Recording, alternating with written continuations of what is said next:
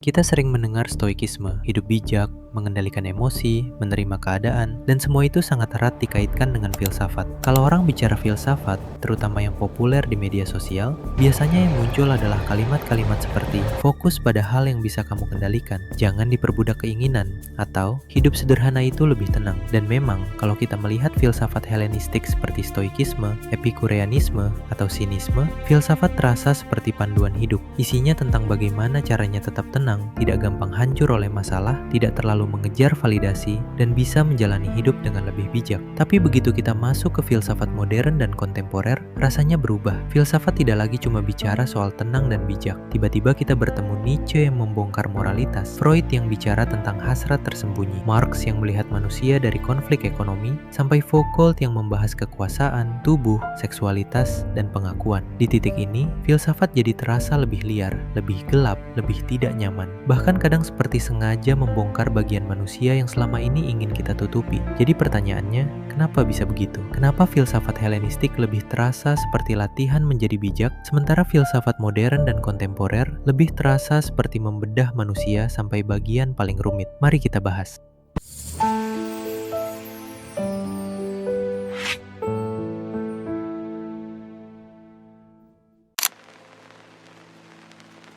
Sebelum membandingkan filsuf Helenistik dan filsuf kontemporer, kita perlu paham satu hal dulu. Filsafat tidak lahir di ruang kosong. Filsafat selalu lahir dari masalah yang sedang dihadapi manusia pada zamannya. Jadi bukan berarti filsuf zaman dulu lebih kalem, lalu filsuf sekarang lebih aneh. Bukan sesederhana itu. Yang berubah adalah dunia yang mereka hadapi. Filsafat Helenistik muncul di masa ketika dunia Yunani sedang berubah besar. Setelah era kota-kota kecil yang lebih stabil, orang-orang mulai hidup di bawah kerajaan besar, wilayah yang lebih luas, dan kondisi politik yang terasa jauh dari kendali pribadi. Banyak orang merasa hidupnya tidak lagi bisa dikendalikan seperti sebelumnya. Dalam kondisi seperti itu, pertanyaan filsafat menjadi sangat praktis. Bagaimana caranya tetap tenang kalau dunia di luar tidak bisa diprediksi? Bagaimana caranya hidup baik kalau nasib bisa berubah kapan saja? Bagaimana caranya tidak hancur oleh kehilangan, kematian, kekuasaan, atau penderitaan?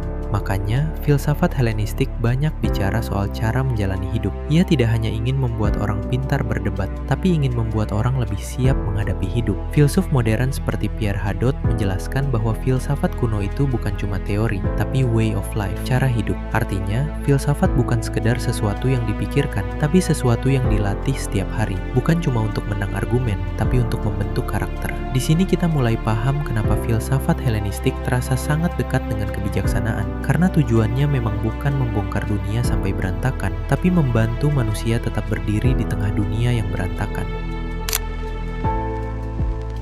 Kalau filsafat Helenistik terasa bijak, itu karena ia memang banyak berfungsi seperti obat batin. Ia mencoba menjawab penderitaan manusia dengan latihan cara berpikir dan cara hidup. Stoikisme misalnya, mengajarkan bahwa banyak hal di luar diri kita tidak bisa dikendalikan. Cuaca, opini orang lain, masa lalu, kematian, bahkan nasib buruk. Yang bisa dikendalikan adalah bagaimana kita merespon semua itu. Dari sini lahir gagasan yang sampai sekarang masih sangat populer. Jangan habiskan hidup untuk mengatur hal yang memang bukan milik kita.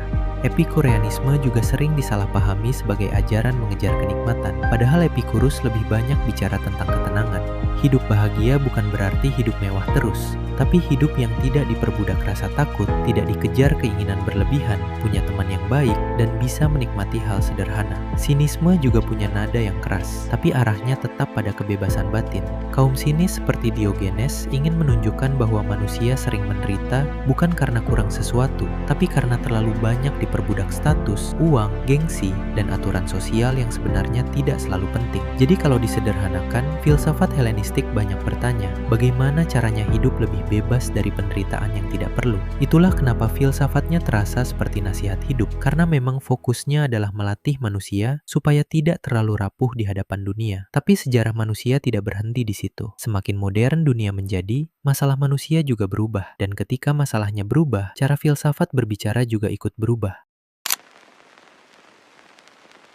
Kalau filsafat Helenistik ingin membantu manusia hidup lebih tenang, filsafat modern mulai bertanya sesuatu yang lebih tidak nyaman. Apakah manusia benar-benar mengenal dirinya sendiri? Disinilah nadanya mulai berubah. Filsafat tidak lagi hanya memberi latihan hidup, tapi mulai mencurigai hal-hal yang selama ini dianggap normal. Nietzsche misalnya curiga pada moralitas. Ia bertanya, apakah nilai baik dan buruk yang kita percaya benar-benar lahir dari kebenaran atau justru dari ketakutan, kelemahan, dan keinginan manusia untuk menguasai satu sama lain? Freud datang dari arah lain. Ia menunjukkan bahwa manusia tidak sepenuhnya dikendalikan oleh kesadaran. Ada alam bawah sadar, ada hasrat, ada luka masa kecil, ada dorongan tersembunyi yang sering membuat manusia tidak sejujur yang ia kira. Marx juga membongkar hal lain. Ia melihat bahwa cara manusia berpikir tidak bisa dilepaskan dari kondisi ekonomi dan kelas sosial. Apa yang kita anggap normal, adil, atau masuk akal bisa jadi dibentuk oleh sistem yang sedang menguntungkan pihak tertentu. Filsuf Paul Ricoeur pernah menyebut Nietzsche, Freud, dan Marx sebagai tokoh-tokoh kecurigaan. Maksudnya,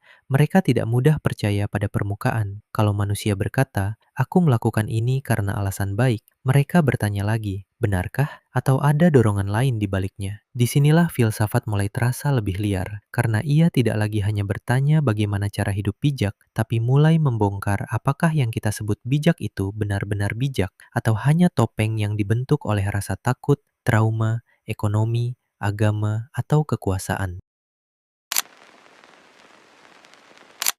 Masuk ke filsafat kontemporer, pembahasannya jadi terasa lebih dekat sekaligus lebih mengganggu. Karena yang dibahas bukan cuma alam, jiwa, atau moralitas, tapi hal-hal yang kita jalani setiap hari. Identitas, tubuh, bahasa, seksualitas, norma, media, institusi, dan cara masyarakat membentuk diri kita. Foucault adalah contoh yang kuat. Ia tidak hanya bertanya siapa yang berkuasa, tapi bagaimana kekuasaan bekerja dalam kehidupan sehari-hari. Bukan cuma lewat hukum dan hukuman, tapi lewat sekolah, rumah sakit, penjara, ilmu pengetahuan, norma sosial, bahkan cara kita menceritakan diri sendiri. Salah satu gagasannya yang menarik adalah soal pengakuan. Dalam hidup modern, kita sering diminta untuk mengaku. Mengaku siapa diri kita, apa masalah kita, apa trauma kita, apa hasrat kita, apa identitas kita. Sekilas, pengakuan terlihat seperti jalan menuju kebebasan, tapi Foucault curiga. Jangan-jangan pengakuan juga bisa menjadi cara baru untuk mengatur manusia. Karena saat seseorang terus diminta menjelaskan dirinya, memberi label pada dirinya, dan membuka bagian terdalam dari dirinya, ia merasa sedang bebas. Padahal bisa jadi ia sedang masuk ke sistem lain yang ikut menentukan bagaimana ia harus memahami dirinya sendiri. Inilah kenapa filsafat kontemporer terasa lebih liar. Ia tidak puas hanya berkata,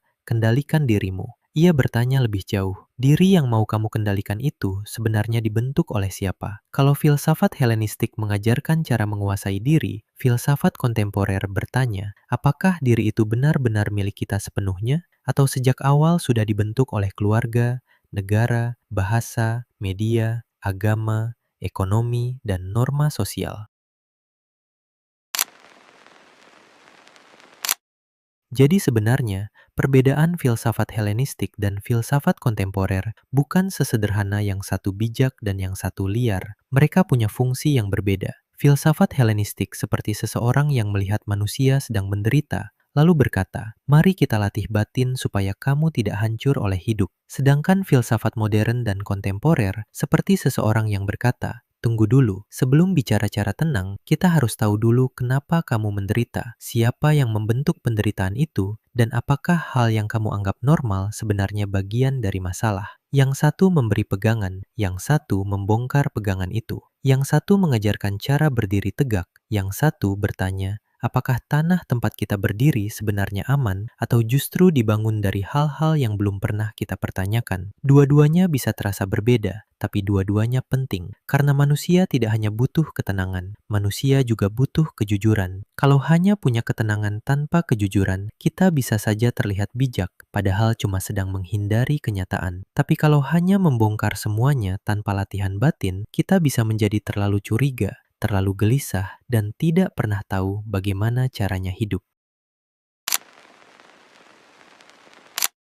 Tapi kita juga harus hati-hati. Tidak semua filsafat Helenistik itu sederhana, dan tidak semua filsafat kontemporer itu gelap. Stoikisme misalnya sering terlihat ringan di media sosial, padahal aslinya jauh lebih keras. Ia bicara tentang kematian, kehilangan, penderitaan, dan latihan batin yang serius. Sebaliknya, filsafat kontemporer juga bukan sekedar ingin membuat hidup terasa rumit. Banyak filsuf modern dan kontemporer justru sedang mencoba memahami kenapa manusia modern sulit tenang, sulit mengenal diri, dan sulit membedakan mana keinginan yang benar-benar miliknya dan mana yang dibentuk oleh dunia luar. Jadi, jangan dibaca sebagai pertarungan antara filsafat lama yang baik dan filsafat baru yang rusak. Lebih tepatnya, filsafat lama banyak memberi latihan untuk hidup, sementara filsafat baru banyak memberi alat untuk membongkar hidup. Dan mungkin manusia modern butuh keduanya.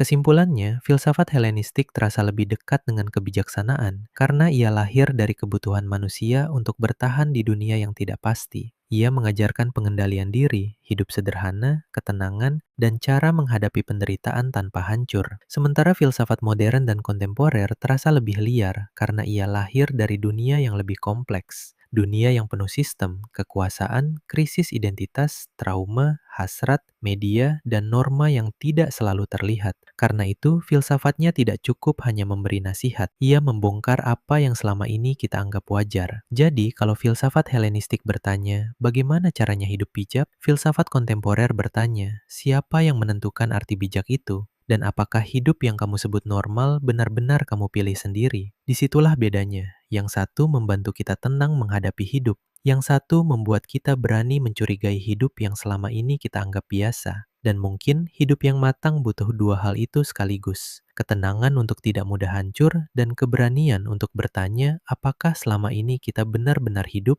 atau hanya mengikuti bentuk kehidupan yang sudah disiapkan orang lain. Demikian pembahasan kali ini. Jika kalian suka konten seperti ini, mohon dukungannya. Berikan like, komen, dan subscribe ya. Sampai jumpa di pembahasan lainnya.